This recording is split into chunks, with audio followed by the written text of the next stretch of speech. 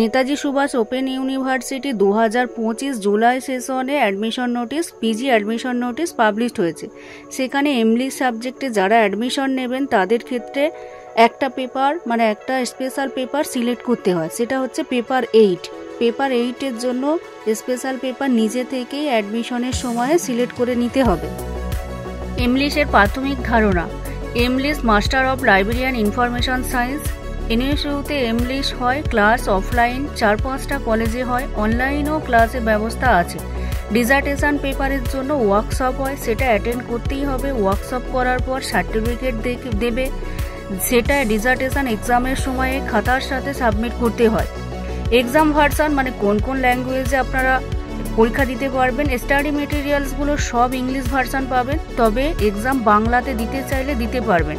Question English ভার্সনেই হবে, আর dissertation paper যেটা 9 paper সেটা ইংলিশেই হবে। প্রয়োজন হলে পারমিশন নিয়ে ডিজার্টেশন বাংলায় করা যাবে, সেটা ইউনিভার্সিটি থেকে পারমিশন নিতে হবে। ইংলিশ 1 বছরের কোর্স, 9টি পেপার, 900 মার্কসের এক্সাম হয়। Paper 1 information communication and society, paper 2 information source system and service, paper 3 information processing and retrieval, paper 4 information institution product and service, paper 5 management of library and information centre, paper 6 information technology application, paper 7 research methodology. Paper 8-এর 3টি ভাগ, অ্যাডমিশনের সময়ে যে কোনো একটা select করতেই হবে। পেপার 8 E1, E2 এবং E3। পেপার 8-এর E1-এ আছে preservation and conservation of library materials. Paper 8 E2-এ আছে একাডেমিক লাইব্রেরি সিস্টেম। পেপার 8 E3-তে আছে পাবলিক লাইব্রেরি সিস্টেম। যে কোনো একটা এই 3টের মধ্যে সিলেক্ট করতে হবে।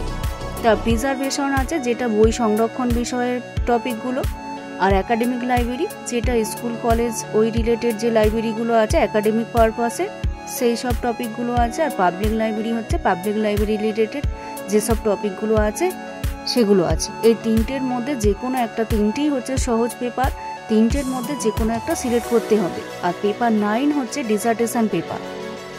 ডিজার্টেশন পেপার পুরোটাই ইংলিশে করতে হবে, পারমিশন নিয়ে বাংলায় করা যাবে, কিন্তু ডিজার্টেশনের জন্য যে কোনো একটা টপিকের উপরে, লাইব্রেরি রিলেটেড টপিকের উপরে কাজ করতে হবে।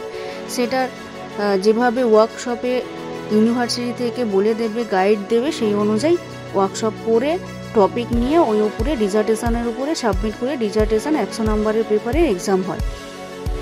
লাইব্রেরি সায়েন্স রিলেটেড ইনফরমেশন পেতে আমার এই ইউটিউব চ্যানেলটি ফলো করবেন। আশা রাখি সমস্ত আপডেট, সঠিক আপডেট আপনারা এই ইউটিউব চ্যানেল থেকে পেয়ে যাবেন।